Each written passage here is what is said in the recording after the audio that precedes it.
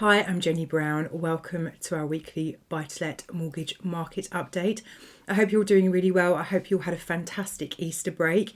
I had a really nice time. One day I was playing tennis in the blistering sunshine and got sunburned. The next morning I was playing tennis and it was snowing. So the weather was certainly variable, but a really, really welcome break. And I really hope that you've all had a really good time and are feeling truly rested. Now look, it's been a 3-day period of work since we last caught up, so there isn't a huge amount of lender news this week, but there are some key things that I just want to share with you. Nonetheless, that will serve me right for saying every week that there's always so much to talk about. We've had a quieter week this week. After that, I'm just going to talk to you a bit more about some information on the housing market that the Nationwide have released, and then I'm just going to share with you some really interesting findings with regards to where people are looking to buy property and also what renters are particularly looking for when they're searching for properties to live in. Okay, so lenders this week, first of all, we have seen the Ipswich increase their expat buy-to-let rates by 10 basis points and 0.1%. Now, the Ipswich, their expat offering is fairly solid. They'll go to 80% loan to value. They do need you to be earning the sterling equivalent of £40,000 per year, and they'll only lend to individuals, so no limited companies. They're particularly keen to lend to those people who are residing within the EU. If we have people who are residing outside of the EU, they can consider these on a case-by-case basis. Incidentally, if you're watching this and you're not an EU resident, but you are looking for a mortgage, don't worry, there are other lenders who can by matter of course consider applicants who aren't residing in the EU. Now, we've also seen that the Mortgage Works, and this is quite an interesting one, change the early repayment charges on all of their mortgages going forwards. So what they've done is they've dropped the ERCs down. So for example, for a 2-year fixed rate, the early repayment charge is now 1.5% in year one and 1% in year two. The same thing, they've reduced them on their 5-year products as well. Now, I think the reason this is quite interesting is, first of all, I have absolutely no idea, being quite candid with you, why they have done this. I'm guessing they've done it to make their offering more attractive to borrowers.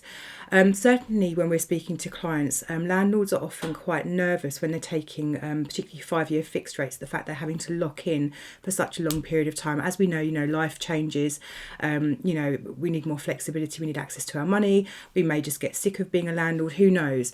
But the reality is that locking in with a large ERC for 5 years can be quite off-putting for some landlords. So actually by reducing the early repayment charge on their products, TMW, what they're doing is bringing something to market which is maybe more appealing to certain borrowers. Now, what I would say here is that if you are looking for a 5-year fixed rate, but you don't particularly want to tie in for that period of time, which, like I say, is quite understandable, then there actually is some very, very competitively priced products from Godiva, which is the buy-to-let arm of the Coventry Building Society, where they will give you a 2 or a 5-year fixed rate, but with no early repayment charges at all. So they're very, very interesting products, and they're very popular with some of our clients. Now, the Coventry won't lend to limited companies, only individuals, whereas the Mortgage Works will actually lend to limited companies as well. So I think it's really interesting actually just to see a lender doing something really quite different, looking at their offering and trying to find ways to shape it to make it more appealing to landlords. Now, we've also seen West One slightly tinker with their short-term let or holiday let products. What they're just saying is that they're now on 5-year fixed rates, calculating the amount you can borrow based on the rental income on the pay rate. So what that would mean is that the calculation they would use to determine whether the mortgage was essentially affordable based on the income it will receive would be either 145% or 125%, depending whether it's limited company or individual, and your tax position at the 5-year fixed rate, not at the notional 5.5%. So what that actually means in layman's terms is that you can borrow more per pound of rental income. Now, with West One on their holiday let and short-term let offering, they're not going to be using the actual income the property would derive on that basis. They're only working on an AST rental income figure, which isn't problematic all of the time, but it can mean for certain properties in certain locations within the UK, the AST rent is just very, very low versus the holiday letting income, which can be very high. So this wouldn't necessarily work for everybody, but there's certainly plenty of properties where this would be appropriate. And West One are available to go to 70% loan to value. Now, what they've also said is that they have, for the expat products, amended their rental calculation in the same vein as with the holiday lets. They're working on the 5-year fixed rate, the pay rate calculation. Again, they're able to lend to those borrowers who are in EEA countries, non-EEAs by referral, and again, able to go to 70% loan to value on these products. Now, lastly, in lender news this week, we have seen the Post Office withdraw 3 of its products. They haven't actually replaced them yet. It'll be interesting to see what they come out with. And the Newcastle has withdrawn its 80% loan to value buy-to-let mortgage product. What they have said is they had a limited amount of money available for this particular tranche of funds. That money's all gone now. It's all been used up, and so at the moment they're not introducing any more 80% products for the time being. I'm sure they will do in due course. And that is everything from the lenders this week. So like I say, a quiet week. We've only got 3/5 of our normal working days, plus, there's a bank holiday in the middle, so it's always going to be a quiet week. But still interesting nonetheless to see, some really interesting changes. Okay, so Nationwide have released a report which talks about the housing market. And what it tells us is that annual house price growth slowed to 5.7% in March, down from 6.9% in February. Prices fell by 0.2% month on month after taking account of seasonal effects following a 0.7% rise in February. Now, they have said that given the wider economy and the labour market has performed better than expected in recent months, they're attributing the slowdown in the housing market to being a reflection of a softening of demand ahead of what was going to be the end of the original stamp duty holiday. Obviously then what happened was that the Chancellor announced the extension in the budget and things have kind of ramped back up again. So actually when we look back and think about what we've been reporting over the last few months with regards to house prices, this is really just kind of echoing what we've already seen. Now, more interestingly, the Nationwide talk about what they're expecting to happen over the coming months.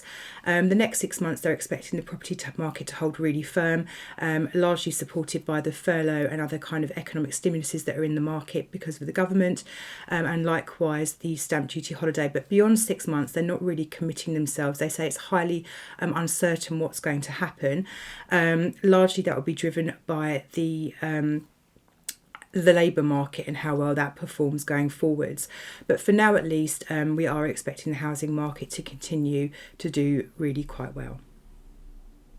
Lastly this week, in terms of what people are actually looking to buy and rent at the moment, Rightmove have released some data which is quite interesting. So first of all, what they tell us is that Cornwall has knocked London off the top spot for most search for a place to buy a property for the first time ever. What they tell us is that in February 2021, there were some 5 million searches for properties in Cornwall.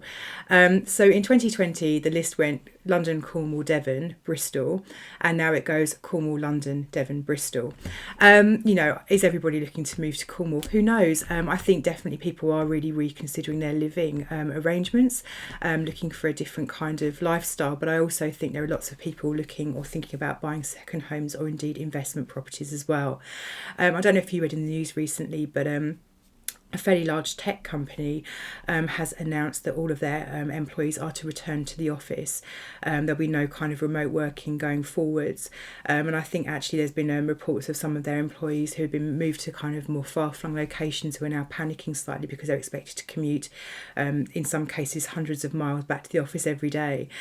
So I think a lot of people maybe are flirting with the concept of, relocating to, more countryside or, beach areas. But I think they're also waiting to see what will happen when their employers bring them back to the office and understand whether it's going to be full-time working from home, hybrid working and so on. Now, in terms of the kinds of property types people are looking to buy, the number one property type which has actually sold in 2021 is a 5-bedroom detached house. And most interestingly, I think for you guys, the types of properties that people are looking to rent. So a year ago, the most sought after property type for tenants was a 2-bedroom flat, but this has now been replaced by 2-bedroom semi-detached houses.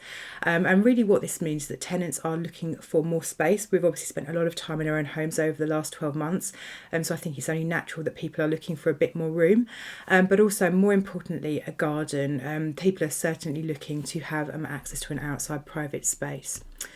So yeah, quite interesting to see what people are looking for in terms of their living and purchase accommodation. Like I said, I think we're in an interesting period of time at the moment because, we're still obviously, well, at the moment we're still very much locked down. As things start to evolve, as people really kind of understand what's going to be required from them from their employment, I think we have a long way to kind of go until this really shakes out into a kind of the end result. That's everything for us this week. Thank you as always for taking the time to come and have a watch or listen. It's really appreciated.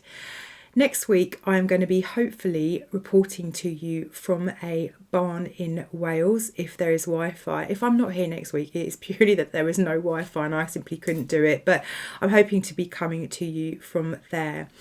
In the meantime, if you do have any questions, please do give us a call 0345 345 6788 or have a look at our website mortgagesforbusiness.co.uk. For those of you who are off this week, do have a lovely time.